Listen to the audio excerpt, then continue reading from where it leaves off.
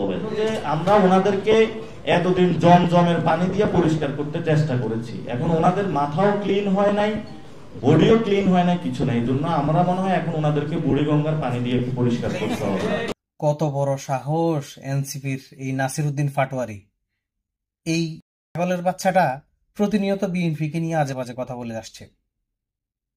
ঠিক আছে, 5 আগস্টের আগে তাদের অবস্থান কই ছিল না জানি, কোন টোকাইয়ের ঘরে জন্ম তার আমার জানার দরকারও নাই, আমি জানিও না। হয়তো চায়ের দোকান টোকান থেকে উঠে আসছে বা অন্য কোথাও থেকে হইতে পারে।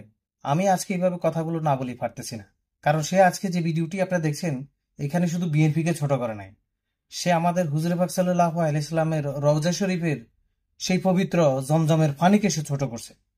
কত বড় বেয়াদব হলে এই জমজমের পানি নিয়ে এইভাবে কথা বলে!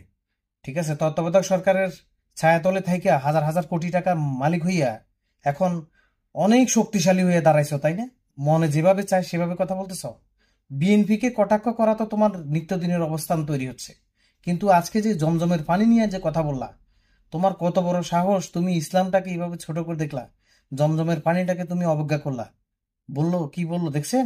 জমজমের পানি দিয়ে বিএনপি নেতাদের চরিত্র পরিষ্কার করতে চাইছিল, পারে নাই, এখন বুড়িগঙ্গার পানি দিয়ে করবে।